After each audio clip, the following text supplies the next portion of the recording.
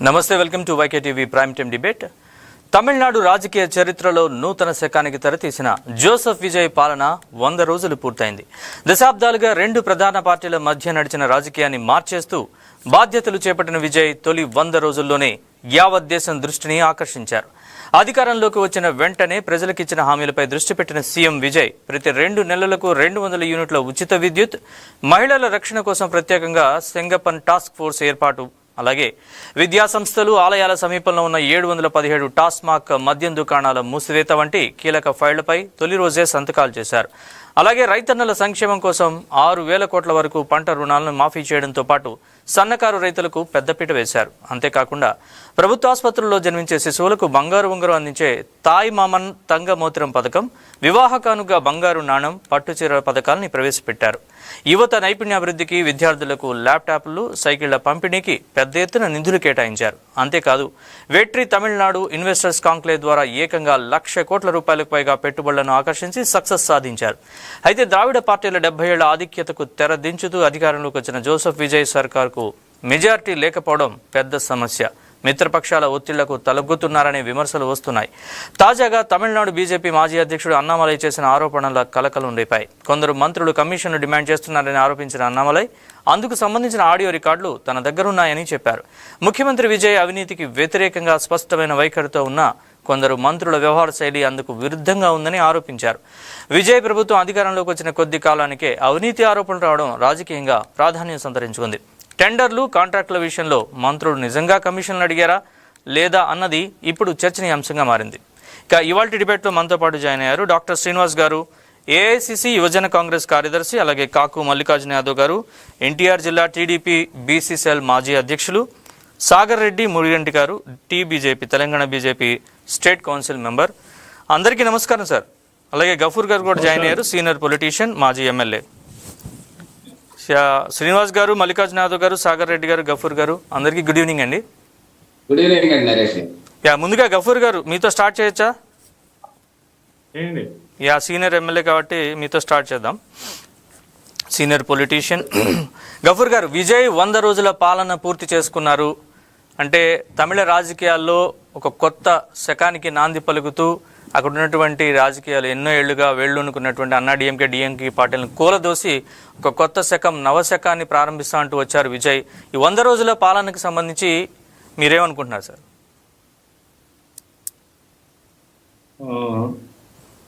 నరేష్ గారు, మీకు మిగతా పెద్దలందరికీ నమస్కారం అండి.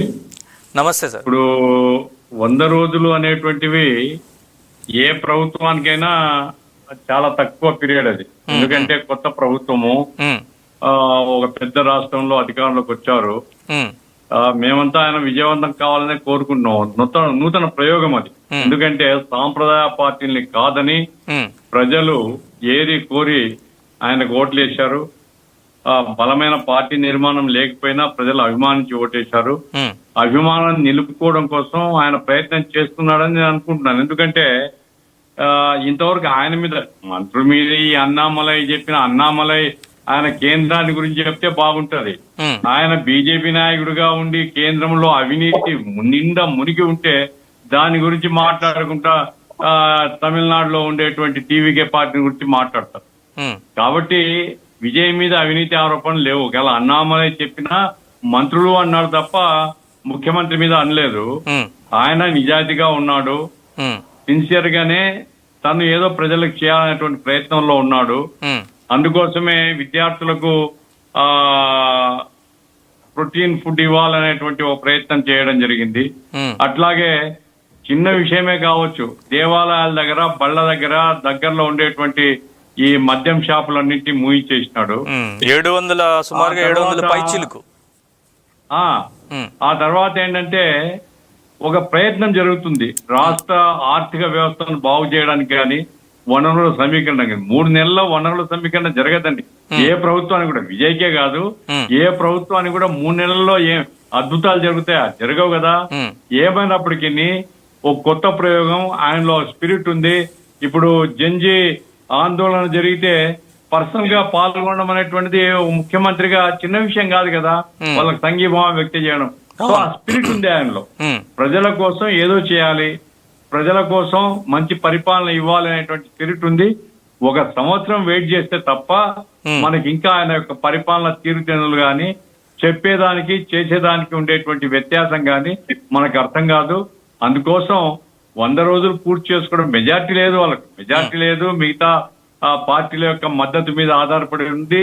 అయినప్పటికీ అందరూ కూడా నాకు తెలిసినంత వరకు ఏ ఒక్కరు విజయ్ ప్రభుత్వం ఏం బాగలేదని మాత్రం అనడం లేదు. ఈవెన్ తమిళ పార్టీలు కూడా వాళ్ళు చెప్తున్నది ఏంటంటే ఇంకా వాగ్దానం అమలు చేయలేదు.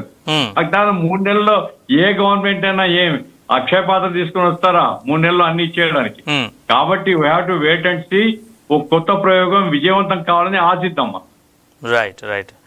అలాగే నెక్స్ట్ సార్ మల్లికార్జున యాదవ్ గారు వినపడుతుందా? నరేష్ గారు. యా మల్లికార్జున యాదవ్ గారు, విజయ్ 100 రోజుల పాలన గురించి మీ కామెంట్ ఏంటి? విజయ్ 100 రోజుల పాలనని మనం హర్షించాలండి. ఎందుకంటే పార్టీ పెట్టిన 2 సంవత్సరాల్లోనే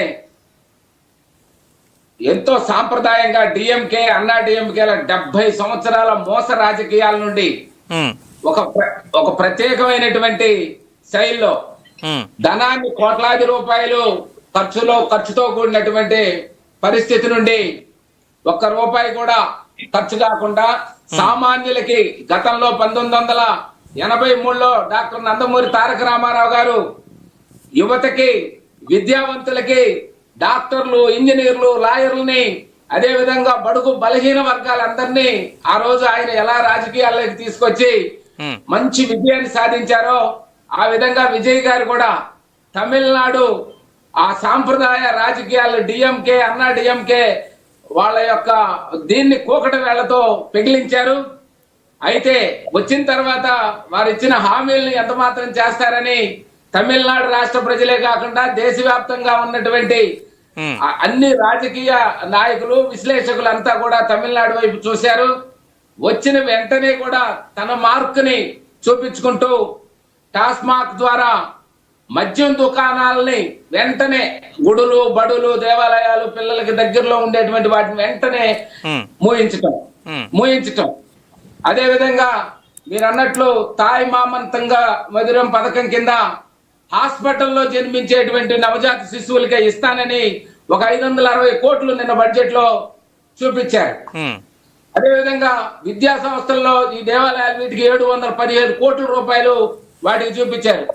అదే విధంగా ఈ తుంగభద్ర కావేరీ నది జలాల వివాదంలో కూడా కర్ణాటక ముఖ్యమంత్రి గారి దగ్గరికి నేను వచ్చి మాట్లాడతానని ఒక చొరవ చూపించారు. గతంలో ముఖ్యమంత్రులు ఎవరు కూడా మేము వస్తామని అనలేదు, కానీ వీరు ఆ చొరవ చూపించారు. ఇవన్నీ కూడా ఒక నిరాడంబరతకి, ఒక విద్యావంతుడైనటువంటి వ్యక్తి రాజకీయాల్లో అంతకు ముందు కనీసం కార్పొరేటర్ గా కూడా చేసినటువంటి అనుభవం లేనటువంటి వ్యక్తి ఒక ప్రణాళికాబద్ధంగా రాజకీయాలన్నింటినీ అవపోసన పట్టినట్టుగా ఒక క్రమ పద్ధతిలో తీసుకొస్తా ఉన్నారు. వ్యతిరేకత అనేది 100 రోజుల్లో ఏ ఒక్కరిని అంచనా వేయగలిగింది కాదు.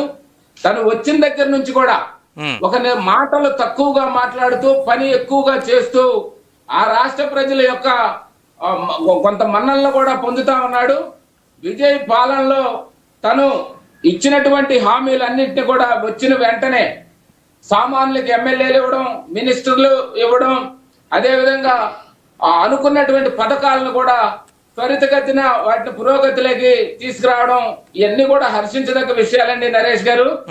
ఈ 100 డేసే కాబట్టి ఇందాక పెద్దలు చెప్పినట్టుగా మనం వాళ్ళ మీద వెంటనే వాళ్ళ యొక్క ఇది రాదు. ఆ రాష్ట్ర ఆర్థిక వనరులు, ఆ రాష్ట్రానికి వారు తీసుకొచ్చేటువంటి ప్రాజెక్టులు ఇవన్నీ కూడా ఇంకా గతంలో చూడాల్సి ఉంది. ప్రస్తుతానికి 100 రోజుల పాలన సజావుగానే సాగుతుందని నా వ్యక్తిగతమైనటువంటి భావన. రైట్ శ్రీనివాస్ గారు, సో విజయ్ 100 రోజుల పాలనకు సంబంధించి విజయ్ మార్క్ పాలన కనిపించిందా ఈ 100 రోజుల్లో? మీరేమంటారు? ఇక్కడ విజయ్ మార్కు పాలన, విజయ్ 100 రోజుల పాలన, కామ్రేడ్ గఫూర్ గారు చెప్పినట్టు 100 రోజుల్లో ఏ గవర్నమెంట్ ని కూడా మనం కూలంకుషంగా చెప్పలేము. కానీ అసలు విజయ్ రాజకీయాల్లోకి వచ్చింది ఎందుకు? విజయ్ రాజకీయాల యొక్క సిద్ధాంతం ఏంటి, సైద్ధాంతికత భావన ఏంటి, ఆయన ఎందుకు వచ్చాడు, ఆయన ఏయో పథకాలు పెట్టాడా, ఏం చేసినాడా అనేది పక్కన పెడితే ఆయన రాజకీయాల్లోకి వచ్చింది ఒక సైద్ధాంతికత ఆలోచనతో వచ్చినాడు. ఆయన బడుగు బలహీన దళిత హరిజన గిరిజన మైనారిటీ గ్రామీణ ప్రాంత వర్గాలకి గత దశాబ్దాలుగా అందని అందలాన్ని అందించుదామని ఆయన రాజకీయాల్లోకి వచ్చాడు.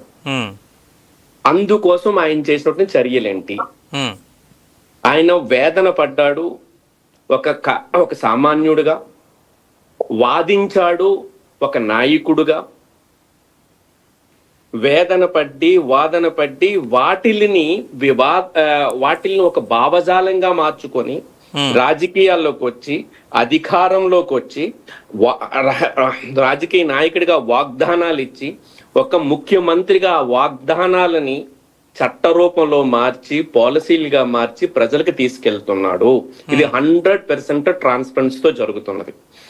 ఒకటి, ఆయన మూల స్తంభాలు ఏంటి? గత ప్రభుత్వంలో జరిగినటువంటి ఫిజికల్ ప్రొడెన్స్ అనేది కొద్దిగా ఇబ్బందుల్లో ఉంది. 1,64,000 కోట్ల రూపాయలతో వాళ్ళ ఫిజికల్ డెఫిసిట్ ఉంది. 13,18,000 కోట్ల రూపాయలతో వాళ్ళ యొక్క అప్పులు ఉన్నాయి. వాళ్ళ యొక్క అప్పులు భారం అని మించుంది. అయితే ఇప్పుడు ఈ ఆర్థిక వ్యవస్థని గాడిలో ఏ విధంగా పెట్టాలి, అందుకోసమని ఆయన ఏమన్నాడంటే ఈ 100 రోజుల పరిపాలనలో ఒక స్టేట్మెంట్ రిలీజ్ చేసిందండి. Generational shift, generational governance.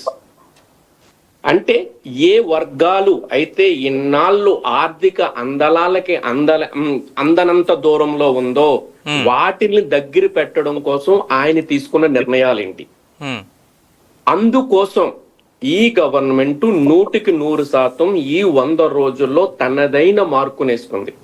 ప్రతి గవర్నమెంట్ సంక్షేమం అంటారు, లేకపోతే అభివృద్ధి అంటారు, ఇన్వెస్ట్మెంట్ అంటారు, ఏంటంటారు, ఉపాధి ఉద్యోగం అదే అంటారు. కానీ అది ప్రజల దగ్గరికి అందించే విధానాన్ని ఈయన సమూల మార్పులు తీసుకొస్తూ బడుగు బలహీన వర్గాలకే పెద్దపీట వేస్తూ ఈ జనరేషనల్ షిఫ్ట్ అంటే ఒక్కసారి చూడండి. 14 లక్షల మందికి బ్రేక్ఫాస్ట్, 15 లక్షల మందికి స్కిల్ ట్రైనింగ్, తర్వాత వాళ్ళకి ల్యాప్టాప్, తర్వాత వాళ్ళకి స్కిల్ ట్రైనింగ్. అంటే ఒక వాల్యూ చైన్, స్కూల్ నుంచి కాలేజ్ నుంచి తర్వాత ల్యాప్టాప్, తర్వాత వాళ్ళకి స్కిల్ ట్రైనింగ్, తర్వాత వాళ్ళకి ఇన్వెస్ట్మెంట్స్ ని తీసుకొచ్చి వాళ్ళకి ఉపాధిని క్రియేట్ చేయడం. 2, ఇటువంటి క్రమంలో 70,000 మంది రైతులకి సహకార రుణాల్ని 65,000 కంటే లేదా 65,000 కంటే తక్కువ సహకార వ్యవసాయ రుణాలున్న రైతులకు రుణమాఫీ చేశారండి. ఇది ఐడియాలజికల్. 11,24,000 కోట్ల రూపాయలు నరేంద్ర మోడీ గారు రుణమాఫీ చేశారు. ఎవరికి చేశారు? 10 మంది పుంజీపతులకి చేసినాడండి. ఇది ఐడియాలజికల్ షిఫ్ట్ అండి. సో 1. 2, nutrition based value. ఈ రోజు బీజేపీ రాష్ట్ర పాలితాల్లోని గుడ్డు ఉండకూడదు, అది ఉండకూడదు అని చెప్పుతూ ఎక్కడైతే న్యూట్రిషన్ డెఫిసిట్ అనేది ఏ టీనేజ్ లో అయితే డెఫిసిట్ జరుగుద్దో దాన్ని ఆయన క్లియర్ గా గమనించి, సో బ్రేక్ఫాస్ట్ నుంచి బైసైకిల్ నుంచి స్కిల్ ట్రైనింగ్ వరకు హ్యూమన్ క్యాపిటల్ ఏ విధంగా పెంచాలని చెప్పుతూ 2036 కల్లా తమిళనాడుని $1.5 ట్రిలియన్ ఎకానమీ చెయ్యాలి. 1.5 ట్రిలియన్ ఎకానమీ చెయ్యాలి. జిఎస్డిపి రేషియోని పెంచాలి, పెర్ క్యాపిటల్ ఇన్కమ్ పెంచాలి. అదే విధంగా చాలా మంది వ్యక్తులకు ఇక్కడ చాలా క్రిటికల్ విషయం అండి. ఏంది అంటే రుణమాఫీతో పాటుగా 200 యూనిట్లని దాన్ని 2 నెలలకి 500 యూనిట్లకి ఆయన ఇచ్చాడండి, రుణమాఫీ చేశాడు. దాంతో పాటుగా చాలా అన్ని వెల్ఫేర్ ప్రోగ్రామ్ వల్ల ఈ నరేంద్ర మోడీ గారి గవర్నమెంట్ ద్వారా పెరుగుతున్నటువంటి ద్రవ్యోల్బణాన్ని, ఏదైతే సన్నకారులు మరియు మధ్య తరగతి వర్గాల పైన జరుగుతున్నటువంటి ద్రవ్యోల్బణం యొక్క యొక్క భారాన్ని తగ్గించడానికి ఈయన అన్ని విధాలుగా ప్రయత్నిస్తున్నారండి. సో ఈ 100 రోజుల పాలన అనేది కనీ విని ఎరగన రీతిలో తమిళనాడు ద్రవిడియన్ డామినేటెడ్ పాలిటిక్స్ లోని వెల్ఫేర్ ఒకవైపు, ఇన్వెస్ట్మెంట్ ఒకవైపు, ఫ్యూచర్ జనరేషన్ టెక్నాలజీని కామన్ పబ్లిక్ కి ఇన్కల్కేట్ చేస్తూ, యంగర్ జనరేషన్స్ కి ఇన్కల్కేట్ చేస్తూ ఒక గవర్నెన్స్ అన్నిటికన్నా ముఖ్యమండి. ఈయన వైట్ పేపర్ ఏంటి విల్సన్ గారు, ఈయన ఆర్థిక మంత్రి విల్సన్ గారు వైట్ పేపర్ ని వదులుతూ ప్రిలిఫరేజెస్ ఇన్ అకౌంటబిలిటీ రెవెన్యూలోని అదొక పెద్ద ప్రాబ్లం గా గమనించి దాని కోసం ఈయన అవినీతి నిరోధక చట్టంతో పాటుగా అవినీతి నిరోధకానికి ఒక రకమైన వ్యవస్థను తీసుకొస్తూ వాట్సాప్ గవర్నెన్స్ ని ఆయన ఇనిషియేట్ చేశాడు. దాంతో పాటుగా ఏంటంటే 65 యాంటీ నార్కోటిక్ యూనిట్స్ ఆయన స్టార్ట్ చేశాడండి. యాంటీ కరప్షన్ రైడ్స్ ని మీరు కరెక్ట్ గా చూసుకుంటే యూజువల్ గా మిగతా స్టేట్స్ లోని ఎవరైనా ఆఫీసులు సస్పెండ్ అయితే ఏదో గ్రూప్ 2 ఆఫీసర్ అంతకన్నా లోవర్ ఆఫీసర్ సస్పెండ్ అవుతున్నారు. తమిళనాడులో సివిల్ సర్వెంట్లు సస్పెండ్ అయ్యారండి. సివిల్ సర్వెంట్లు ఆల్ ఇండియా సివిల్ సర్వెంట్లు సస్పెండ్ అయినారు. ఎంతో మంది మినిస్టర్లని ఆయన పిలిపించుకొని మరి కానీ శ్రీనివాస్ గారు ఇప్పుడు కొన్ని ఆరోపణలు కూడా వస్తున్నాయి, మరి మంత్రులు కమిషన్ అదే నేను చెప్తున్నాను సార్, అది నేను అక్కడికే వస్తున్నా. ఎవరో అన్నామలయ్య అంట, ఆయన ఒక అపోజిషన్ లీడర్ కాదు, ఒక ఎమ్మెల్యే కాదు, ఒక పార్టీ నేత కాదు, ఒక సామాజిక కార్యకర్త కాదు, ఎందుకు పనికిరాని వ్యక్తి. ఆయన చేసిన కామెంట్ల మీద ఒక టీవీ డిబేట్ పెట్టడం అనేది ఒక దురదృష్టం. జాతీయ పార్టీకి తమిళనాడులో అధ్యక్షుడిగా పనిచేశాడు కదా సార్, ఇప్పుడు లేడు కదండి. లేరు పని ఆయనకి. ఒక విషయం సార్, ఇంకో విషయం ఏంటి అంటే ఆయన దగ్గర ఆడియో టేపులు ఉంటే రిలీజ్ చేయండి. ఆయనకు చూడండి కనీసం ఏంటంటారో అధికారంలో ఉంటూ ఎంతో మెజారిటీ ఉన్న గవర్నమెంట్ పడగొట్టిన నరేంద్ర మోడీ ఈ రోజు మైనారిటీలో ఉన్న గవర్నమెంట్ ఎందుకు టచ్ చేయలేకపోతున్నాడు. రెండో పాయింట్ ఏంటంటారు, అన్నమలై నా దగ్గర వీడియోలు ఉన్నాయి, ఆడియోలు ఉన్నాయని మినిస్టర్లను బ్లేమ్ చేస్తాడు. విజన్ ఎందుకు టచ్ చేయలేకపోతున్నాడు ఆయన? ఎందుకంటే తెలుసు ప్రజలు జోడించి కొడతారని వీళ్ళని. సో ఈ రోజు ఏదో నీ మొహం మీద మాస్క్ పెట్టుకొని బీజేపీ గానీ ఆర్ఎస్ఎస్ గానీ తమిళనాడులో మీ మొహాల మీద ఉమ్మేయడం వల్ల ఈ రోజు మొహం మీద మాస్క్ పెట్టుకొని నువ్వేమో ఏదో ఇండిపెండెంట్ ఆర్గనైజేషన్ రన్ చేస్తూ నువ్వేమో ఏంటి బడుగు బలహీన దళిత హరిజన గిరిజన మైనారిటీ గ్రామీణ ప్రాంతాల వర్గాల కోసం ఏ ప్రభుత్వం అయితే పోరాడిందో, ఏ వ్యక్తి అయితే పోరాడుతున్నాడో ఆ వ్యక్తిపై నువ్వు మురకలేస్తావా? నీకు దమ్ముంటే వీడియోలు పెట్టు బయట, నీకు దమ్ముంటే ఆడియోలు పెట్టు బయట. ఏం భయపడుతున్నావు? ఎందుకే భయపడుతున్నా? దమ్ముంటే పెట్టు బయట. ఏదో పెద్ద పుడింగిన అంటావు కదా, పెట్టు బయట వీడియోలు ఆడియోలు. ఎవరిని భయపడతావు నువ్వు? రైట్ శ్రీనివాస్ గారు, ఒక్క నిమిషం మనం ఇంకో గెస్ట్ తో ఒకసారి మాట్లాడి మిగతా అంశాలు కూడా మాట్లాడదాం. సాగర్ రెడ్డి గారు, సో విజయ్ 100 రోజుల పాలనని బీజేపీ ఎలా చూస్తోంది, ఏమనిపిస్తోంది, ఏం చెప్తారు సార్? మ్యూట్ లో ఉన్నట్టుంది, అన్మ్యూట్ చేయండి సార్. సాగర్ నరేష్ గారికి నమస్కారం. నమస్తే సార్. నమస్తే నరేష్ గారికి నమస్కారం. నమస్తే సార్. టిబెట్ లో పాల్గొన్న శ్రీనివాస్ గారికి, గఫూర్ భాయ్ గారికి, మల్లికార్జున యాదవ్ గారికి నమస్కారం.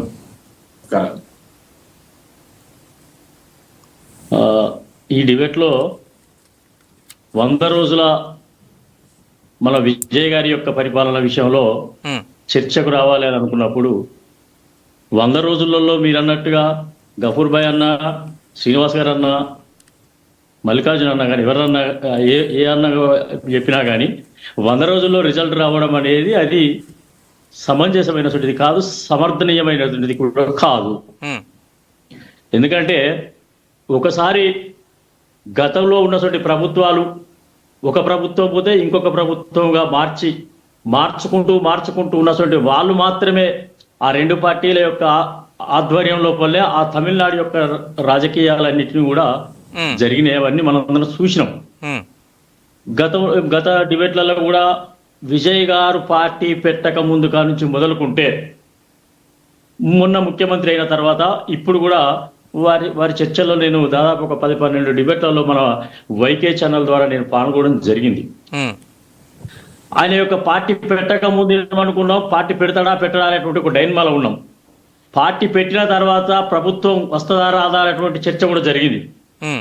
ప్రభుత్వం వచ్చినప్పుడు కూడా ఇది ఈ ప్రభుత్వానికి సరైనటువంటి సంఖ్యాబలం లేకపోవడం మూలంగా ఎవరెవరు ఏమేమి ఏ రకంగా వందిస్తున్నారు సహాయ సహకారాలు, ఎవరు ఎక్కడ ఎన్నుపోటు పొడిచి ఏం చేస్తారు అనేటువంటిది ఆ రకమైన చర్చ కూడా ఈ వైకే ఛానల్ ద్వారా మనం ఆ యొక్క టీవీకే పార్టీ గురించి మనం చర్చించుకోవడం జరిగింది.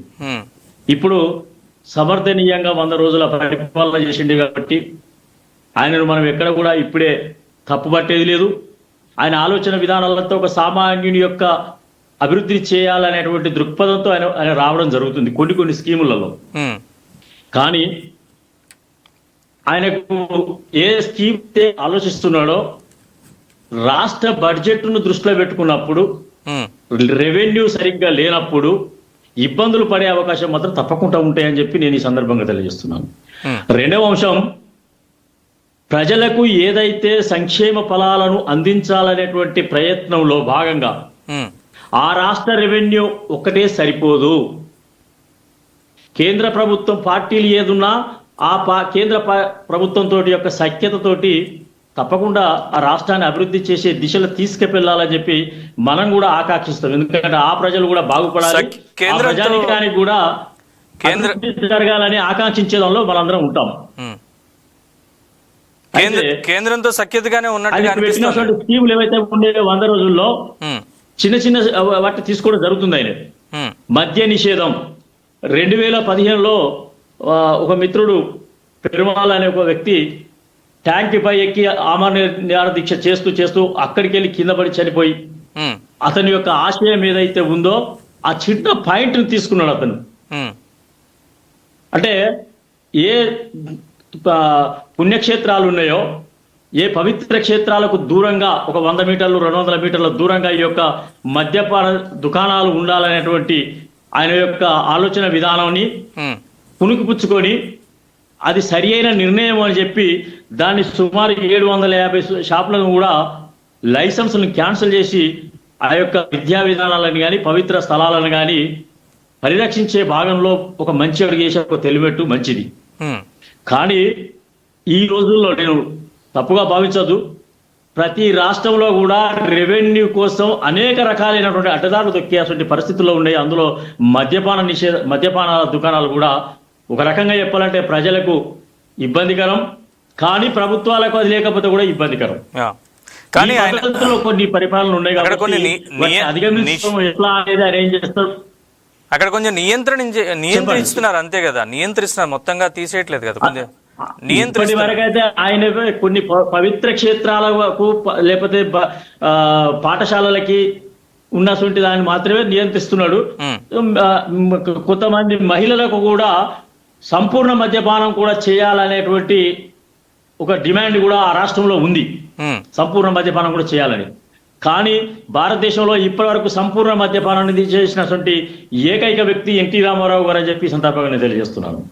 ఇంతకుముందు ఈ భారతదేశంలో ఏ రాష్ట్రంలో కూడా మద్యపానాన్ని కంప్లీట్ గా నిషేధించినటువంటి నాయకులు లేరు. కేవలం ఒక ఎన్టీ రామారావు మాత్రం కొద్ది రోజులు చేశాడు. కానీ అదే తెలుగుదేశం పార్టీ చంద్రబాబు నాయుడు గారు వచ్చిన తర్వాత మళ్ళీ ఓపెన్ చేశారు. అది సరే, అదొక విశేషం, అదొక ఆర్థికమైనటువంటి అవసరం, అనివార్యంగా అనిపిస్తుంది ఆర్థిక విధానాలకి అంతే. కాబట్టి అదొక అంశంగా పోతే కొన్ని చిన్న నిర్ణయాలు తీసుకున్నాయి. నేను నిన్న మొన్న ఇక్కడ చూశాను. నేను ఒక హాస్పిటల్లో, ప్రైవేట్ హాస్పిటళ్లలో అత్యధిక బిల్లులు వేసి ఆ రోగి కనుక చనిపోతే ఆ రోగికి రూపాయి కూడా బిల్లు తీసుకోకుండా బయటికి పంపించాలనేటువంటి ఒక ఉత్తర్వులు జారీ చేశాడు. అది చాలా బీద తరగతి, కింది తరగతి వ్యక్తులు ఎవరైతే ఉన్నారో బిల్లు కట్టలేని పరిస్థితులలో అంతిమంగా శ్వాస విడిచినటువంటి వాళ్ళకి వాళ్ళ కుటుంబాలను ఆదుకునేదానికి ఒక మంచి స్కీమ్. అది ఇప్పటివరకు ఎవరు చేయలేదు, మంచిదే. అంటే మంచిని అభినందించాల్సిందే. కానీ ఆయన ముందుకెళ్ళేటువంటి దిశలో ఈ రకమైనటువంటిది కాకుండా ఇంకొక మంచి పని కూడా చేశాడు. ప్రతిపక్షాలందరినీ కూడా ఇళ్లలోకి పోయి కలిసి వచ్చాడు. సో అది రాజకీయాలు యుతసేపు అంటే గెలిచేపట్టు వరకే. గెలిచిన తర్వాత మాత్రం ప్రతిపక్షాలు, పాలక పక్షాలు అందరం కూడా ప్రజాపక్షానికి ఉపయోగపడే పద్ధతిలో పనిచేయాలనేటువంటి ఒక సంకేతం ఏదైతే ఉందో అది హర్షించదగ్గటువంటి విషయం. ఇక్కడ మీరు వ్యక్తిగతంగా నాకు శత్రువులు కాదు, వ్యవస్థాపరంగా ఉన్నటువంటి దానిలో మీరు శత్రువులుగా పోరాటం ఎంత చేసినా ప్రజా అవసరాలకు మీరు ఇచ్చేటువంటి సంపూర్ణమైనటువంటి అంశాలని సంపూర్ణమైనటువంటి ఏదైతే ఉన్నతమైన సలహాలను తీసుకోవడానికి ఆయన అంగీకరించినట్టుగా దాన్ని మనం అందరం భావించవచ్చు కూడా. సో ఇట్లా కొన్ని కార్యక్రమాలలో చూస్తే బాగున్నాయి, కానీ కొన్ని విషయాలలో ఆర్థికమైనటువంటి దానిలో మరి ఎలాగా ముందుకు పోతాడు అనేటువంటిది మాత్రం రాబో కాలంలో వేచి చూడవలసి ఉంటుంది. ఇప్పటికే 10 లక్షల కోట్ల రూపాయల డెఫిసిట్ లో, ఇప్పుడు ఇంతకుముందు శ్రీనివాస్ గారు అన్నట్టు 10-15 లక్షలు 12 లక్షల కోట్ల డెఫిసిట్ లో ఉన్న ప్రభుత్వం ఉంది.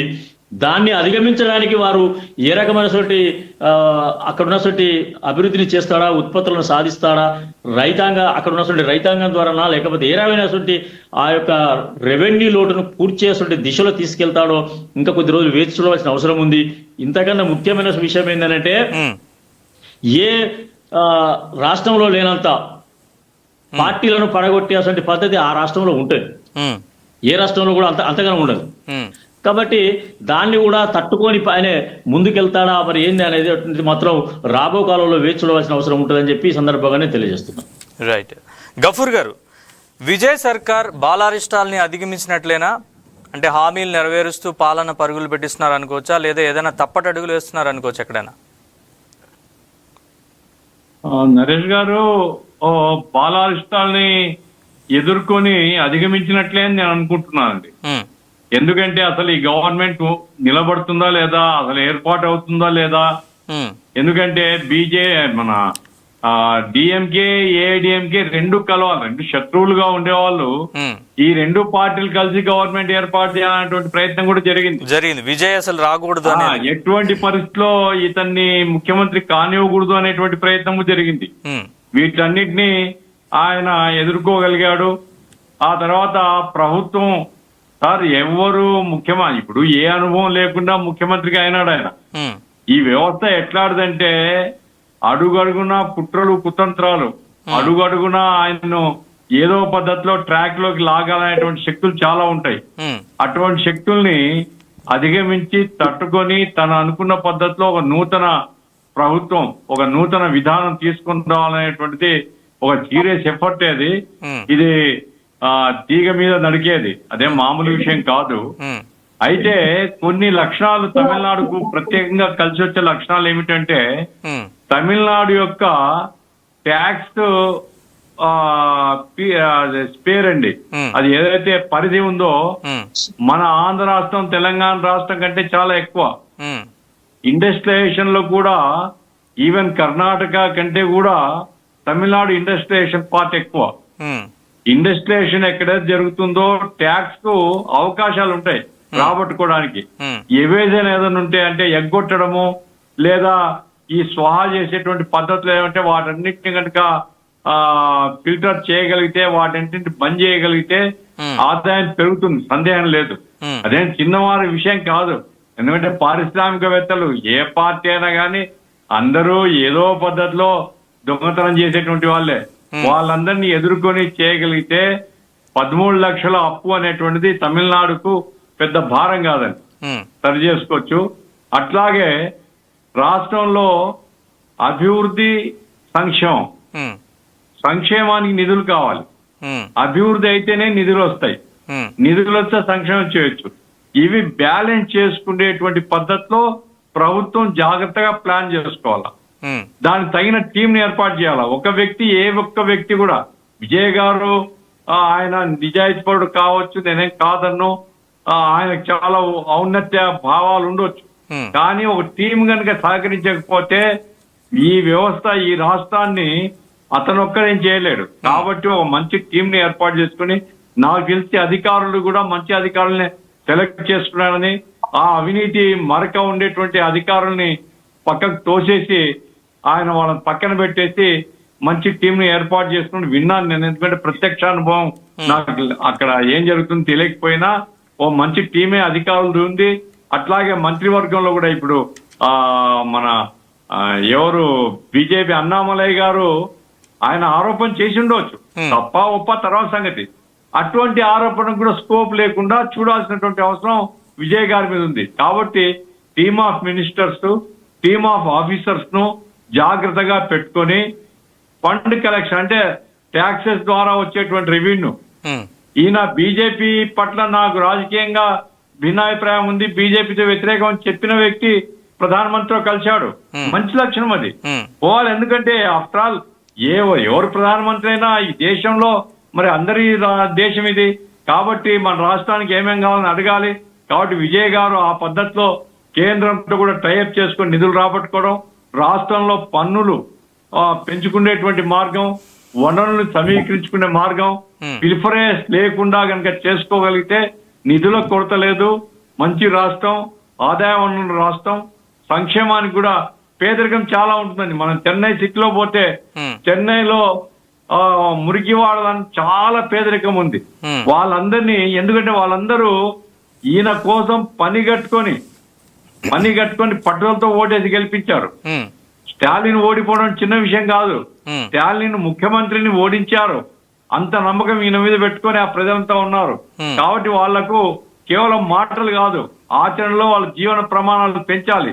అందుకోసం తగిన ప్రణాళికలు రూపొందించి మురికివాడలు ఉండేటువంటి ప్రాంతాలన్నింటిలో కూడా వాళ్ళకు మౌలిక వసతులు కల్పించడం, వాళ్ళకు జీవనోపాధి పెంచే కార్యక్రమాలు చేయడం చాలా అవసరం.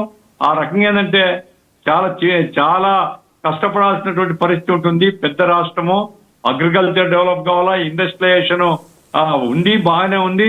ఇప్పుడు 70,000 కోట్లు వచ్చాయి అని అన్నారు.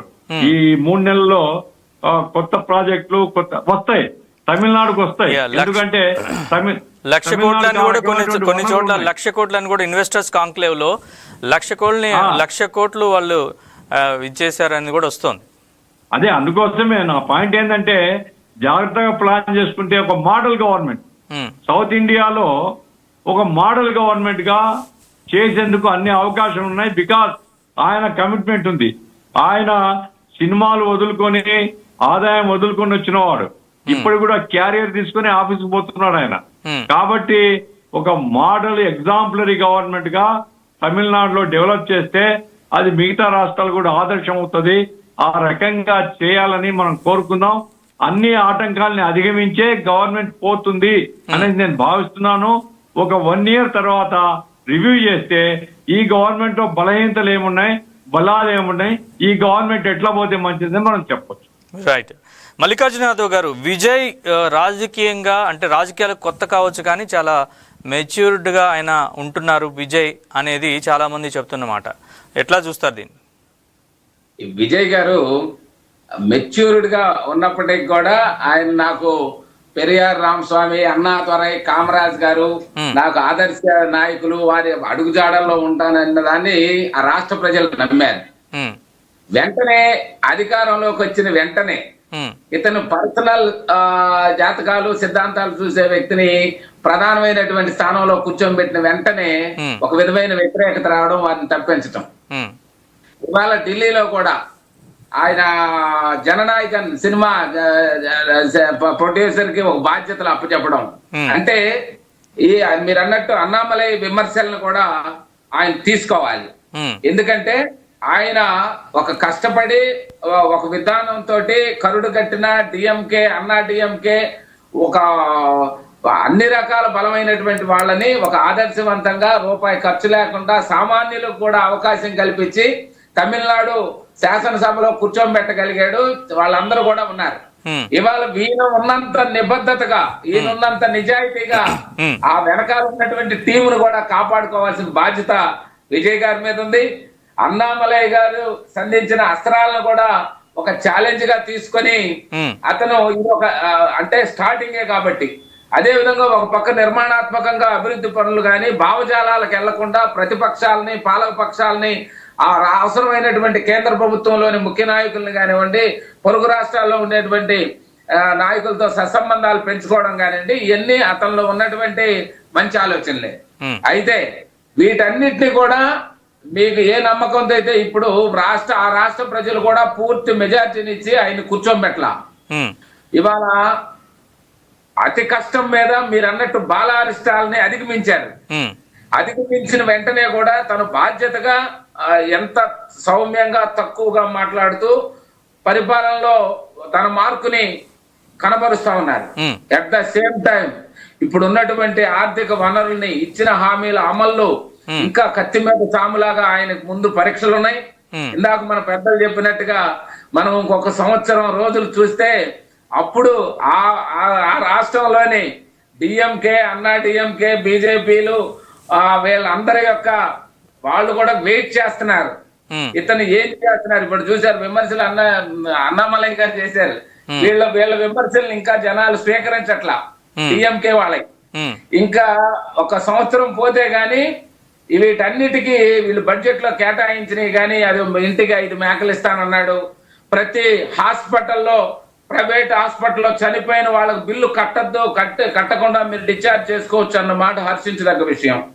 అట్లాగే గవర్నమెంట్ హాస్పిటల్లో కన్నా తల్లిదండ్రులు ప్రసవించిన పిల్లలకి బంగారు ఉంగరం ఇస్తా అన్నాడు.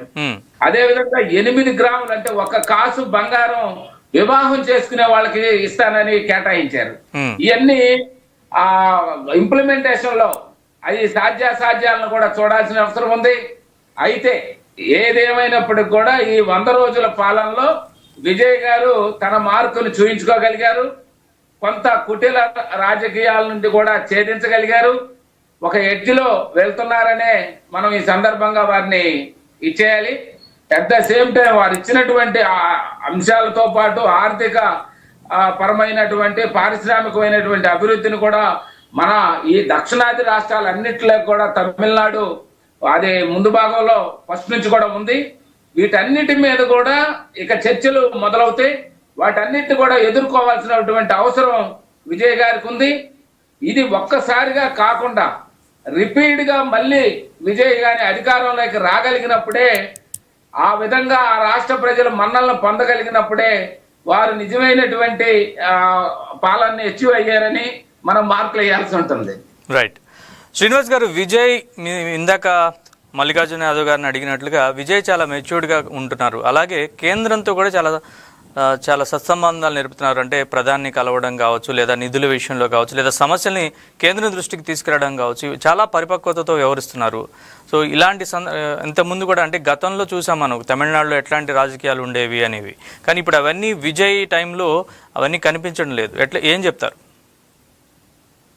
చూడండి, విజయ్ అనే కాదు, ఎవరైనా భారతదేశం అనేది ఒక ఫెడరల్ సిస్టమ్. ఒక యూనిటరీ విత్ ఫెడరల్ సిస్టమ్, అంటే క్వాసీ ఫెడరల్ సిస్టమ్ భారతదేశం అనేది. ప్రధాన మంత్రి గారి మధ్య మరియు ఏ రాష్ట్ర ముఖ్యమంత్రి దగ్గర అయినటువంటి కాన్స్టిట్యూషనల్ ఒబీడియన్స్ అనేది ఉంటుంది. ఓకే, సో అందుకోసం మనకు రావాల్సినటువంటి తమిళనాడు గవర్నమెంట్ కి రావాల్సినటువంటి ట్యాక్స్ డివాల్యూషన్ కానీ, లేకపోతే తమిళనాడుకి రావాల్సినటువంటి అకౌంటబిలిటీ కానీ అదంతా కూడా కలుస్తుంటారు. ఇంకా దాన్ని మనం మెచ్చుకోవాలి. ఒకటండి. ఇంకా రెండో దగ్గరికి వచ్చేటటువంటి ఇది ఐడియాలజికల్ డిఫరెన్స్ అనేది ఐడియాలజికల్ డిఫరెన్స్, ఎలక్టోరల్ డిఫరెన్స్ అనేది ఎలక్టోరల్ డిఫరెన్స్. ఐడియాలజికల్ డిఫరెన్స్ ని ఎలక్టోరల్ డిఫరెన్స్ ని గవర్నెన్స్ లోకి ఆయన ఎక్కడా దాన్ని కనిపించనివ్వటం లేదు. ఈ రోజు వేరే రాష్ట్రాల్లో చూసుకున్నట్లయితే ప్రతిపక్ష నేత గాని లేకపోతే ముఖ్యమంత్రి గారి ముఖ్యమంత్రి గారి మధ్య ఉన్నటువంటి వ్యవహార సంబంధాలు అనేవి చాలా విచిత్రంగా ఉన్నాయి. అది ప్రజాస్వామ్యానికి చాలా ప్రాబ్లమాటిక్ అండి. సో ఎక్స్పెషల్లీ ఇందాక ఒక పెద్ద ఆయన మాట్లాడుతూ ఏంటంటే డిఎంకే, ఏఐడిఎంకే ఇలా జరిగింది, వాటిని తోలత కొట్టారు, అది చేశారు, ఇది చేశారంటే యాక్చువల్ గా ఒక విషయాన్ని మనం ఇక్కడ గమనించాలి. డిఎంకే, ఏఐడిఎంకే పార్టీలు తమిళనాడులోని ప్రజాస్వామ్యం యొక్క విలువలను నాటారు. ఆ నాటడం వలన మాత్రమే ప్రజలకి తన సొంత కేటగిరీ, తనకు కావలసిన వ్యక్తిని ఎన్నుకోనగలిగేటువంటి ఒక స్వాతంత్రాన్ని ఇచ్చింది. అది ఒక డెమోక్రటైజేషన్ ఆఫ్ ఇండియన్ పాలిటిక్స్. అది మన సదరన్ స్టేట్స్ లో నార్థన్ స్టేట్స్ కంపేర్ చేసుకుంటే ఎక్కువగానే ఉంటుంది. ఎస్పెషల్లీ కేరళ, తమిళనాడులోని డెమోక్రైజేషన్ ఆఫ్ ఇండియన్ డెమోక్రసీ అనేది చాలా ఎన్రూటెడ్ గా, డీప్ రూటెడ్ గా అయింది. అటువంటి వ్యవస్థని మనం ఆంధ్రప్రదేశ్ లో చూసుకుందాం. చాలా పార్టీలు వచ్చాయి 2000 నుంచి 2014 వరకు. ఎంతమంది ఆ విషయాన్ని రాష్ట్రంలో ఉన్న నలుమూలల గ్రామాలకు గాని, జిల్లాలకు గాని, లేకపోతే నియోజకవర్గాలు గాని తీసుకెళ్లగలిగారు. ఆంధ్రప్రదేశ్ దగ్గరికి వచ్చేటప్పటికి కానీ, కర్ణాటక దగ్గరికి వచ్చేటప్పటికి కానీ డెమోక్రైజేషన్ ఆఫ్ డెమోక్రసీ చాలా తక్కువగా ఉంటదండి. We should give a due respect to the DMK and AIADMK to democratize the democracy at the grass root level of Tamil Nadu. So ఆ విషయం వాళ్ళకి వచ్చిందండి. సో తద్వారా వాళ్ళలోనటువంటి ఎటువంటి సర్వసత్తాక సామ్యవాద గణతంత్ర లౌకిక ప్రజాస్వామ్యాన్ని ప్రతి దగ్గరికి వెళ్తుందండి. దానికి కారణం సోషల్ రెస్పెక్ట్ మూవ్మెంట్ అవనియండి, సెల్ఫ్ రెస్పెక్ట్ మూవ్మెంట్ అవనియండి, పాత పెరియార్ గారి దగ్గర నుంచి, అన్నాదొరై గారి దగ్గర నుంచి అన్ని కూడా సెల్ఫ్ రెస్పెక్ట్ మూవ్మెంట్ దగ్గర నుంచి ఇవన్నీ కూడా స్టార్ట్ అయ్యాయి. అది ఈ రోజు విజయ్ గారి దగ్గరికి వచ్చేటప్పటికి ఒక రకమైన అవుట్పుట్ లో వచ్చిందండి. సో డిఎంకే ఏఐడిఎంకేకి ఇవ్వాల్సినట్టు క్రెడిబిలిటీ అనేది అక్కడ ఉన్నది. ఓకే, పార్టీ డిఫరెన్సెస్ ఉండొచ్చు. అందుకే ఈయన ఈ రోజు కూడా చూడండి, ఈ రోజు తమిళనాడు అనేది second highest industrialised state in India, second highest GSDP to the industry and in manufacturing అండి. ఇంకో ఒక్క విషయం చూడండి సార్, ఈ రోజు మన ఆంధ్రప్రదేశ్ లో కానీ, తెలంగాణలో కానీ, లేకపోతే ఇంకెక్కడైనా కర్ణాటకలో ఇంకెక్కడైనా మాకెంత ఇన్వెస్ట్మెంట్ వచ్చిందని చెప్తూ ఉన్నారు. విజయ్ సీఎం అయిన 100 రోజుల్లో ఏ సెక్టార్ లోని ఆయన ఇన్వెస్ట్మెంట్ తీసుకొచ్చాడు? That is very beautiful point అండి. ఆయన తీసుకొచ్చిన 1,02,000 కోట్ల రూపాయలు కూడా ఆర్టిఫిషియల్ ఇంటెలిజెన్స్ లో తీసుకొచ్చాడు. That is the future technology. That is the future technology for the employment generation. ప్రతి డిపార్ట్మెంట్ కూడా ఒక కార్పస్ ఫండ్ అని మొన్న రిలీజ్ చేసినటువంటి బడ్జెట్ లో కానీ, లేకపోతే వైట్ పేపర్ లో కానీ, లేకపోతే ఈ 100 days A government for generations అని ఒక లేబుల్ తో ఆయన రిలీజ్ చేశారండి. అందులో క్లియర్ గా చెప్పాడు, ఎవ్రీ స్కూల్, అంగన్వాడీ దగ్గర నుంచి యూనివర్సిటీ వరకు ప్రతి డిపార్ట్మెంట్ లో కూడా ఏఐని ఇంప్లిమెంట్ చేయాలి. That is the future technology. So ఆయన ఎటువంటి టెక్నాలజీ అంటే ఆర్టికల్ 44 క్లియర్ గా చెప్పుకుంటుందండి, it shall be the responsibility of the state to inculcate, encourage scientific temper in every citizen of this country. So అదనేది క్లియర్ గా ఆయన constitutional principal ని clear గా దాన్ని ప్రతి ఒక్క వీధికి వాడకి నలుమూలను తీసుకెళ్లాలనే ఉద్దేశంతో ఆయన ఒక సైంటిఫిక్ టెంపర్ ని క్రియేట్ చేస్తున్నాడండి. మిగతా రాష్ట్రాల్లో న్యూటన్ లో ఏంటి ఓంకారంలో న్యూటన్ ప్రిన్సిపల్ ఉంది, లేకపోతే నాలాలోని గ్యాస్ ఉంది అని చెప్పకుండా ఆయన సైంటిఫిక్ టెంపర్ ని క్రియేట్ చేస్తున్నాడు. సో దానికోసం గవర్నమెంట్ నుంచి, సెంట్రల్ గవర్నమెంట్ అవనండి, స్టేట్ గవర్నమెంట్ లో ఉన్న ప్రతిపక్ష పార్టీలు కానీ ప్రతి ఒక్కరి దగ్గర నుంచి ఆయన సహకారాలను ఆయన ఆశిస్తున్నాడు. సహకారం తీసుకోవడంలో ఎటువంటి భేషజాలకు వెళ్ళటం లేదు. అది ప్రజాస్వామ్యంలోని ఒక గుడ్ పాయింట్ అండి. రైట్. సాగర్ రెడ్డి గారు, విజయ్ ఇప్పుడు ప్రస్తుతం మైనార్టీ గవర్నమెంట్ ని లీడ్ చేస్తున్నారు, కోalition గవర్నమెంట్. మిగతా ప్రతిపక్షాల ఒత్తిళ్లు ఏమైనా విజయ్ గవర్నమెంట్ పైన ఉన్నాయా? మీరు ఏమైనా అబ్జర్వ్ చేశారా? బీజేపీ ఏమనుకుంటోంది? ఇప్పుడు నేను స్టార్ట్ అయిన కానీ 2 సార్లు వింటున్నాను. శ్రీనివాస్ గారు అయితే అస్తమానం బీజేపీని ఏ రకంగా తిట్టాలి అనేటువంటి పద్ధతిలో మాట్లాడుతున్నాడు తప్ప 4 సార్లు అంటే సెంట్రల్ గవర్నమెంట్ ని ఏ రకంగా తిట్టాలి అనేటువంటిది ఆయన ఒక కంకణం కట్టుకున్నటువంటి పాపం. సరే, అది శ్రీనివాస్ గారికి వదిలేద్దాం ఆ విషయం. రెండవది ఏంటంటే, ఒక ప్రభుత్వాన్ని నడపాలనుకున్నప్పుడు ఆషామాషిల విషయాలు కాదు. రెండవది, గతంలో ఈ కాంగ్రెస్ పార్టీ దేశాన్ని ఏ రకంగా ఎన్ని రకాలుగా కథలు చేసిందో అవన్నీ ప్రపంచానికి తెలియజేసింది. కాబట్టి వారు అంటున్నారు ముఖం మీద కొడుతున్నారు ఆర్ఎస్ఎస్ లో, బీజేపీలో ముఖం మీద కొట్టింది కాబట్టి 2 రాష్ట్రాలకు 3 రాష్ట్రాలకు పరిమితం అయ్యారు అని చెప్పి వాళ్ళు గుర్తెరగాలని చెప్పి నేను ఈ సందర్భంగా వారు సూచిస్తున్నాను. నేను కిట్ సైడ్ చేయట్లేదు. తమిళనాడుకి వద్దాం, తమిళనాడు విషయానికి వద్దాం. విజయ్ పాలనకు మూడో అంశం ఏంటంటే వీరి పరిపాలనా విధానాన్ని సక్సెస్ కావాలని కోరుకున్నట్లు మనందరం ఉందాం. పార్టీలకు పక్కన పెట్టి ప్రజల అవసరాలు తీర్చే పద్ధతిలో విజయ్ గారు చేస్తే కావలసినటువంటి రెవెన్యూ లోటును పూర్తి చేసి ప్రజలకు సరైనటువంటి ఫలాలను అందించేటువంటి ప్రక్రియలో కనుక ఉన్నట్టయితే కేంద్రంలో ఉన్న భారతీయ జనతా పార్టీ ఏ పార్టీని చూడకుండా కూడా సహకరించడానికి సిద్ధంగా ఉంది అనేది మాత్రం ఈ సందర్భంగా నేను స్పష్టంగా చెప్తున్నాను. నేను ప్రజా అభివృద్ధి కోసం మాత్రమే. ఇక్కడ రాజకీయాల అభివృద్ధి కోసం చేసి రాజకీయ ఫలాపేక్షణ కోసం పాటుపడితే మాత్రం సహకరించేటువంటి పరిస్థితి కేంద్ర ప్రభుత్వం లేదు. ఇప్పటిదాకా నేను ఏమనలేదు కానీ ఇప్పుడు చెప్తున్నాను నేను. ఇవాళ దేశం యొక్క పరిస్థితిని భారతీయ జనతా పార్టీ భుజాన వేసుకొని పనిచేస్తుంది కాబట్టి ఇలా భారతదేశం ప్రపంచ దేశానికి తలమానికంగా ఉంది అనేటువంటి దాన్ని శ్రీనివాస్ గారు గుర్తెరగాలని చెప్పి సందర్భంగా నేను వారికి సూచిస్తున్నాను. మూడవది, విజయ్ గారు 100 రోజులలో వారి మినిస్టరే ఒక అవినీతి పరుడు అని చెప్పి అన్నమలయ్య గారు ఆరోపించారు అని చెప్పి పదే చెప్పారు. అన్నమలయ్య బీజేపీలో లేడు అనేటువంటిది కూడా వాళ్ళు గుర్తుపెట్టాలి ఈసారి. ఎందుకంటే వారు బీజేపీలోకి వెళ్ళిపోయారు అనేటువంటి విషయం బహుశా శ్రీనివాస్ గారు మర్చిపోయారేమో.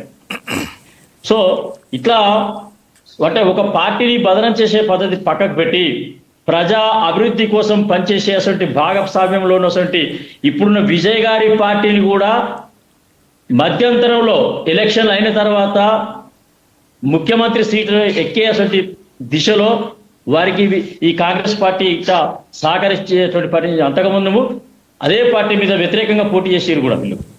కానీ మేమేమంటున్నాం కదా అంటే ఇప్పుడు ఎవరు పొత్తున్నా, ఎవరు వ్యతిరేకం ఉన్నా, ఎవరు అనుకూలం ఉన్నా ఆ రాష్ట్రంలో ప్రజలకు విజయ్ ద్వారా సంక్షేమ ఫలాలు సంపూర్ణంగా కొత్త తరహా విధానంగా ప్రతి కుటుంబాన్ని ఆదర్శనీయంగా అభివృద్ధి పరంగా వారి యొక్క ఆర్థిక లోటుకు ఇబ్బంది జరగకుండా చూసేసటి ప్రక్రియ కనుక విజయ్ గారు చేపడితే తప్పకుండా కేంద్ర ప్రభుత్వం కూడా సహకరిస్తుందని చెప్పి కూడా మేము ఈ సందర్భంగా తెలియజేస్తున్నాం. రైట్. అంతేగాని ప్రతిదీ కూడా రాజకీయ కోణాలలో చూసి విమర్శనే ప్రధానం, మేము మాత్రం సత్యహరిచంద్రుని వంశం, మిగతా వాళ్ళంతా సత్య దూరంగా ఉంటారనేటువంటి అభండాలు చేసేటువంటి కార్యక్రమం ఏదైతే ఉందో అది సత్యదూరం అని చెప్పి కూడా నేను ఈ సందర్భంగా తెలియజేస్తున్నాను. రైట్. గఫూర్ గారు, కేవలం ప్రజల అవసరాల కోసం పనిచేద్దాం, ప్రజల ఆదర్శనీయంగా ప్రజల కోసం. ఇప్పుడు నేను చెప్తున్నాను కదా, రాష్ట్రంలో ఇప్పటి వరకు కేంద్రంలో భారతదేశం మొత్తం మీద కూడా ఒక పేషెంట్ని చనిపోతే రూపాయి లేకుండా తీసుకురావాలనేటువంటి ఆలోచన విధానం ఏదైతే ఉందో దాన్ని సంపూర్ణంగా వారికి మేము అభినందన తెలియజేస్తున్నాము. అభినందనలు. ఎందుకంటే అట్లాంటి నిజమైన ప్రజల కోసం పనిచేసేటువంటి కార్యక్రమం.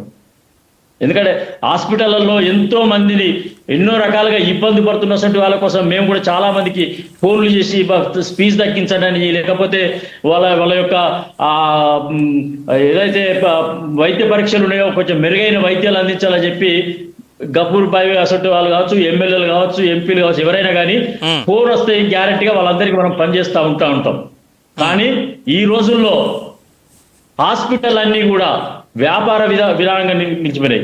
ఇంకా ఒక్క అడుగు ముందుకేసి ఆలోచిస్తే వ్యాపార కేంద్రాలే కాదు, సైలెన్స్ కిల్లర్ లైన్ దృష్టిలో ఉన్నటువంటి ప్రక్రియలో ఇలా హాస్పిటల్స్ ఉన్నాయి అనేటువంటిది నేను తీవ్రంగా చెప్పగలుగుతున్నాను. నేను కేవలం ఆర్థికంగా కాదు, ఆరోగ్యాన్ని కూడా దోచుకునేటువంటి ప్రక్రియలో ఇలా హాస్పిటల్స్ ఉన్నాయి. అంటే ఇట్లా విమర్శించుకుంటూ పోతే చాలా సమస్యలతో కూడుకున్నటువంటి వలయాల్లో ప్రజలు చిక్కుకుపోయి ఉన్నారు. హాస్పిటల్సే కాదు, ఆర్థికాలే కాదు, కుటుంబ వ్యవస్థే కాదు, ఎడ్యుకేషన్ వ్యవస్థే కాదు, ఇట్లా చూసుకుంటూ పోయినట్టయితే ప్రతి వ్యవస్థ కూడా ప్రజలకు అందనంత దూరంగా వెళ్ళిపోయి ప్రజలను దోసుకునే. సాగరెడ్డి గారు ఒక్క నిమిషం గఫూర్ గారితో ఒకసారి మాట. గఫూర్ గారు, కొన్ని ఎప్పటి నుంచో లాంగ్ అంటే వివాదాలు అనుకోవాలా, లేకపోతే ఎన్నో దశాబ్దాలుగా కొన్ని ఉన్నాయి. ఉదాహరణకి కావేరీ నదీ జలాల సమస్య, ఇట్లాంటి ఇష్యూస్లో విజయ్ గవర్నమెంట్ వ్యవహరిస్తున్న తీరు ఎట్లా ఉంది అంటే ఇలాంటి సున్నితమైన అంశాల్లో, లేదా కరూరు తొక్కిసలాటకు సంబంధించి హైకోర్టు ఇచ్చిన తీర్పు ఇట్లాంటివి ఉన్నాయి కదా, ఇట్లాంటి వాటిల్లో విజయ్ గవర్నమెంట్ ఎట్లా వ్యవహరిస్తుందని అనుకుంటున్నారు మీరు? అన్ని విషయాల మీద విజయ్కి సంపూర్ణమైన అవగాహన ఉంటుందా ఉండదా నాకు తెలియదు కానీ, అయితే ఇప్పటి వరకు ఇప్పుడు కావేరీ నదీ జలాలది ఆయన ఎక్కడ స్టేట్మెంట్ ఇవ్వలే, సుప్రీంకోర్టుకు పోయినారు. సుప్రీంకోర్టు నిన్ననే ఈ రోజు జడ్జిమెంట్ ఇచ్చింది, మీరు 12 రోజుల పాటు ఇన్ని కావేరీ వాటర్ మేనేజ్మెంట్ అథారిటీ చెప్పినట్టుగా నీళ్లు విడుదల చేయాలని కర్ణాటక గవర్నమెంట్ డైరెక్షన్ ఇచ్చింది. కర్ణాటక గవర్నమెంట్ కాంగ్రెస్ ఉంది, అక్కడ కాంగ్రెస్ గవర్నమెంటే ఉంది. ఈయన రాహుల్ గాంధీ దగ్గర పోయి కర్ణాటక గవర్నమెంట్ చెప్పమని అడిగిన చోట చేయలే, మా రైట్ ఇది అనేసి సుప్రీంకోర్టుకు పోయింది గవర్నమెంట్. సుప్రీంకోర్టు న్యాయంగా ఇవ్వాల్సిన నీళ్ళు వచ్చి, సరే కర్ణాటక కొన్ని ఇబ్బందులు ఉన్నాయి, కావేరీ నదీ జలాల్లో కర్ణాటక ఇప్పుడు ఈ సంవత్సరం ఎల్లిన సంవత్సరం ఇది. కావేరీలో నీళ్లు లేవు, కృష్ణలో నీళ్లు లేవు, గోదావరి ఒకటే కాస్త ఫుల్ గా మారుతుంది. కాబట్టి ఏమైనప్పటికీ ఇప్పుడు పాలేరు దగ్గర ఆంధ్రాకు తమిళనాడు సమస్య ఉంది. పాలేరు మీద మన వాళ్ళు ఏదో డ్యామ్ కట్టాలంటే విజయ్ గవర్నమెంట్ కూడా లెటర్ రాసింది కేంద్రానికి, అది కట్టకుండా చూడండి. ఏమైనా ఇటువంటి సమస్యల మీద విజయ్ చొరవ తీసుకుని ఆ రాష్ట్ర ప్రభుత్వంతో మాట్లాడడం చాలా అవసరం. ఆ రకంగా మాట్లాడడం ద్వారా మాత్రమే ఏ రెండు రాష్ట్రాలైనా వాళ్ళ యొక్క ప్రజల కోసం ఉంటాయి. కర్ణాటక గవర్నమెంట్ కర్ణాటక ప్రజల యొక్క ఇంట్రెస్ట్ చూస్తుంది, తమిళనాడు గవర్నమెంట్ తమిళనాడు ప్రజల యొక్క ఇంట్రెస్ట్ తీసుకుంది. ఉభయలు కూర్చొని చర్చించుకొని పరిష్కారం కాకపోతే సెంటర్ తో కూర్చొని మాట్లాడుకునేటువంటి పద్ధతి విజయ్ గారు తీసుకుంటారని నేను అనుకుంటున్నాను. లేదా కోర్టు, అల్టిమేట్ గా కోర్టు పోవాలా, కోర్టు ద్వారా కూడా తీసుకోవచ్చు. అందుకోసం నదీ జలాల విషయంలో జాగ్రత్తగా, ఎందుకంటే ఇది ప్రాంతీయ అభిమానము ప్రతి ప్రాంతంలో ఉంటుంది. అది పరస్పరం రెచ్చగొట్టుకుంటే పద్ధతిలో పోతాం అనుకోండి. ఇంతకుముందు జరిగింది అదే. కావేరీ మీద కర్ణాటకలో బంద్, కావేరీ మీద తమిళనాడులో బంద్, కావేరీ ఇష్యూ మీద తమిళనాడు నుంచి బస్సులు రానియకుండా కర్ణాటక బస్సులు మద్రాసు రానియకుండా, ఇటువంటి కాకుండా ఏ సమస్య అయినా ఇతర రాష్ట్రాలతో కూర్చొని మాట్లాడుకోవడం ద్వారా పరిష్కారం చేసుకోవాలనేటువంటి ఆలోచన. ఎందుకంటే మనది ఒక విశాలమైన దేశం అండి, అనేక రాష్ట్రాలు కలగలిసి ఉన్నాయి. ఒక్కో నది 2-3 రాష్ట్రాల్లో పారుతూ ఉంటుంది. కాబట్టి జాగ్రత్తగా ప్రాంతీయ దురభిమానం రెచ్చగొట్టకుండా జాతీయ సమైక్యతను దృష్టిలో పెట్టుకొని పరస్పరం మాట్లాడుకుని ఒప్పందం చేసుకోవాలి. కాబట్టి కావేరీ నది టెంపరీగా 12 రోజుల పాటు గఫూర్ భాయ్ చిన్న రిక్వెస్ట్. గఫూర్ భాయ్ చిన్న రిక్వెస్ట్ చెప్పండి. ఇప్పుడు చెప్పండి సాగర్ గారు. నదీ జలాల యొక్క పంపిణీ విషయం లోపల మొన్న 3 ముఖ్యమంత్రులు కూర్చుండి మాట్లాడితే, మనం కూడా ఈ వైకే ఛానల్ ద్వారా మన డిబేట్ లో నేను కూడా ఉన్నాను. నేను 3 ముఖ్యమంత్రులు కూర్చుండి నీటి వినియోగాన్ని ఎట్లా ప్రజలకు అందించాలనేటువంటి విధానాన్ని తుంగభద్ర, కర్ణాటక, తెలంగాణ, ఆంధ్ర డిబేట్ లో నేను ఉన్నాను. కాబట్టి ఆ 3తోటి పాటు తమిళనాడుకు సంబంధించిన ముఖ్యమంత్రి గారు కూడా పాల్గొని ఉంటే అందరూ కలిసి నదీ జలాలని ప్రజలకు ముగ్గురు కలిసింది తుంగభద్ర ఇష్యూ మీద. కావేరీ నదికి వచ్చేపాటి కర్ణాటక తమిళనాడు. అందుకని నేను ఏమంటున్నా అంటే తుంగభద్ర విషయంలో కలిశారు. ఆ విషయంలో నేను ఆ డిబేట్ లో నేను ఉన్నాను. ఇవాళ గోదావరి ఒకటే పారుతుంది అని అనుకున్నప్పుడు నదుల అనుసంధానం గనక జరిగి ఉంటే ఇంకా ఫాస్ట్ గా ఇవాళ ఏ నదిలో నీళ్లు లేకుండా ఉన్న నదిలో నుంచి మరలిచ్చేటువంటి ప్రక్రియలు కనుక వేగవంతంగా ఉన్నట్టయితే ఇవాళ ఈ యొక్క ఇబ్బందికరాలు అనేవి ఉండేవి. కాబట్టి అంటే నేను కేఎల్ రావు గారు ఎప్పుడో గంగా కావేరి పథకం ఆయన ఎప్పుడో ప్రతిపాదించాడు. అది ఇంకా జరుగుతుంది. ఏమైనా రాబోయే కాలంలో అది మంచి పథకం. అది అక్కడ నదుల్లో నీళ్లు ఎక్కువ ఉన్నాయి, సముద్రంలోకి పోతున్నాయి. ఇక్కడ మనకు కొడుతుంది. కాబట్టి గంగా కావేరి పథకం తీసుకుని రావాలి. అట్లా కావేరి నదీ జలాల విషయంలో కర్ణాటక, తమిళనాడు ఒకరినొకరు రెచ్చగొట్టుకోవడం కాకుండా, అక్కడ కాంగ్రెస్ గవర్నమెంట్ ఉంది, ఇక్కడ కాంగ్రెస్ బలపరిచేటువంటి గవర్నమెంట్ ఉంది. ఉభయలు కూర్చొని కావేరి నదిని పరిష్కారం చేసుకొని, ఏమైనా విజయ్ గారి ప్రభుత్వము ఇటువంటి సంక్లిష్టమైనటువంటి సమస్యల్ని కూడా సామరస్యంగా పరిష్కారం చేసుకొని ఆ రాష్ట్రాన్ని అభివృద్ధి చేసుకుంటే ప్రజలు పెట్టుకున్నటువంటి నమ్మకాన్ని వమ్ము చేయకుండా ప్రజల యొక్క ఆకాంక్షల్ని కాపాడుకునేటువంటి పద్ధతిలో పోవాలి. ఇప్పుడు హాస్పిటల్స్, ప్రైవేట్ ఎడ్యుకేషన్ ఇన్స్టిట్యూట్స్ దోపిడీ ఉంది, విపరీతమైన దోపిడీ ఉంది. ఇప్పుడు model government Vijay government develop కావాలంటే స్కూల్ ఫీజుల మీద, హాస్పిటల్ ఫీజుల మీద, వీటన్నిటి మీద దృష్టి సారించి సామాన్య ప్రజలకు న్యాయం జరిగేటువంటి పద్ధతిలో ప్రభుత్వ విధానాలు రూపొందించగలిగితే మాత్రం అది హర్షించదగిన పరిణామంగా ఉంటుంది. రాబోయే కాలంలో వీటన్నిటిని తీసుకోవాలనేసి మనం కోరుకుందాం. రైట్. మల్లికార్జున గారు, కంక్లూడింగ్ గా చెప్పండి, ఈ 100 రోజుల పాలనలో విజయాలు అంటే ఏం చెప్తారు? కంక్లూడింగ్ గా చెప్పండి. నరేష్ గారు, వైఫల్యాలు అనే వాటిని చెప్పడానికి ఇంకా సమయం పట్టుద్ది. ఇందాక మీరు నదీ జలాలు అన్నప్పుడు వాళ్ళు కూడా ఆయన కర్ణాటక ముఖ్యమంత్రి గారిని కలుస్తానని అన్నారు. వారు కలవకపోవడంతో సుప్రీంకోర్టుకు వెళ్లారు. దాని మీద కూడా వారు పోరాటాన్ని చేస్తా ఉన్నారు. అదే విధంగా వైగై నదికి, కావేరీ నదికి అనుసంధానం, ఇప్పుడు మన గోదావరి, కృష్ణా నదుల అనుసంధానం ఎలాగో అలా చేయాలనేటువంటి ఒక నిర్ణయం కూడా హర్షించదగ్గ విషయమే. ఇంకా వారి విమర్శల విషయానికి వస్తే వారు ఇంకా వీటిని వరుసగా గాడిలో పెడతా ఉన్నారు. చేయాల్సినటువంటి బాధ్యతలు, ఇచ్చిన హామీలు చాలా ఉన్నాయి. వాళ్ళ ఆయనే ప్రమాణ స్వీకారం చేసిన రోజే ఇది చేయడం నా వల్ల ఆయన పని కూడా కాదు అని కూడా వారే అన్నారు. వీటన్నిటి మీద ఇక విమర్శించే సమయం ముందుంది. ఈ 100 రోజుల పాలనలో అతను బాలారిష్టాలన్నింటినీ అధిగమించి ప్రభుత్వ గాలిలో పెట్టి, ఎందుకంటే ఆ రాష్ట్రంలో ఉండేటువంటి నాయకులు, పార్టీలు, జనాలు కూడా వాళ్ళని మెప్పించడం అంత ఈజీ కాదు. మన రాష్ట్రంలో స్వర్గీయ నందమూరి తారక రామారావు గారు పార్టీ పెట్టిన తర్వాత మూలాల్లోకి వెళ్ళి ఇవాళ తెలుగుదేశం పార్టీ ఇంటింటిలో, గడప గడపలో, ఊరూరులో ఆ స్వచ్ఛందమైనటువంటి త్యాగం చేసేటువంటి కార్యకర్తలు కలిగిన పార్టీ, దాదాపు ఇలా 1 కోటి మంది సభ్యత్వంతో ఉన్నటువంటి పార్టీ లాగా ఎలా గ్రౌండ్ లెవెల్లోకి వెళ్ళి పటిష్టంగా ఉందో తమిళనాడులో ఆయనకుంది అని ఈ సందర్భంగా తెలియజేస్తున్నారు. రైట్. శ్రీనివాస్ గారు, ఫైనల్ గా మీరు చెప్పండి. ఇందాక మీరు అన్నామలై గురించి మాట్లాడినప్పుడు ఆయన అంటే అన్నామలై మాట్లాడిన దానికి అంటే మీరు అంత సీరియస్ గా అవ్వలేదు. ఎందుకంటే అంటే జనరల్ గా సీరియస్ గా తీసుకోవాల్సిన అవసరం ఉందా లేదా? విజయ్ లాంటి వ్యక్తి, ఒక ముఖ్యమంత్రి, మంత్రులు అంటే ఆ కింది స్థాయి వాళ్ళు తప్పు చేసినా ప్రభుత్వానికే చెడ్డ పేరు కదా. సో దానికి ఆన్సర్ చేయండి. అలాగే విజయ్ విజయాలంటే ఫైనల్ గా ఏం చెప్తారు? ఈ రెండింటికి ఆన్సర్ చేయండి. ఒకటి, అన్నామలైని సెంటర్ టాపిక్ గా తీసుకోవడం అనేది నేను ఆ విషయాన్ని లేదు, అన్నామలై చెప్పిన అంశాలని అన్నామలైని కాదు. అన్నామలై చెప్పిన అంశాలు ఆయన దగ్గర ఆధారం నుండి చూపించమనండి. ఎందుకు బ్లాక్ మెయిల్ చేయడం? ఇది బ్లాక్ మెయిల్ చేసి ఎందుకంటే విజయ్ ప్రమాణ స్వీకారం రోజు తప్పు చేయనివ్వను, పవర్ సెంటర్లు ఇట్లాంటివి ఏమి ఉండవు. అవునండి, ఇప్పుడు తప్పు జరిగింది అలాంటి మాటలు విజయ్ అన్నారు కాబట్టి. గురువు గారు, నరేష్ గారు, తప్పు జరిగింది అని ఏదో ఆయన దగ్గర వీడియోలు ఉన్నాయి అంటున్నాడు కదా, చూపించమని చెప్పండి. ఆయన చేసిన ఆరోపాన్ని ఆధారంగా తీసుకుని వెంటనే తప్పు జరిగిందని మనం నిర్ణయించలేం కదా. వీడియోలో నిర్ణయించలేం కాదు, కానీ సీరియస్ గా తీసుకోవాల్సిన అవసరం ఎంత మేరకు ఉందనేది నా పాయింట్. ఖచ్చితంగా సీరియస్ గా తీసుకుంటాం, ఖచ్చితంగా సీరియస్. కానీ ఈ విధంగా రాజకీయ కోణంలో చేసినటువంటి ఆరోపణలకి మేము స్పందించాం.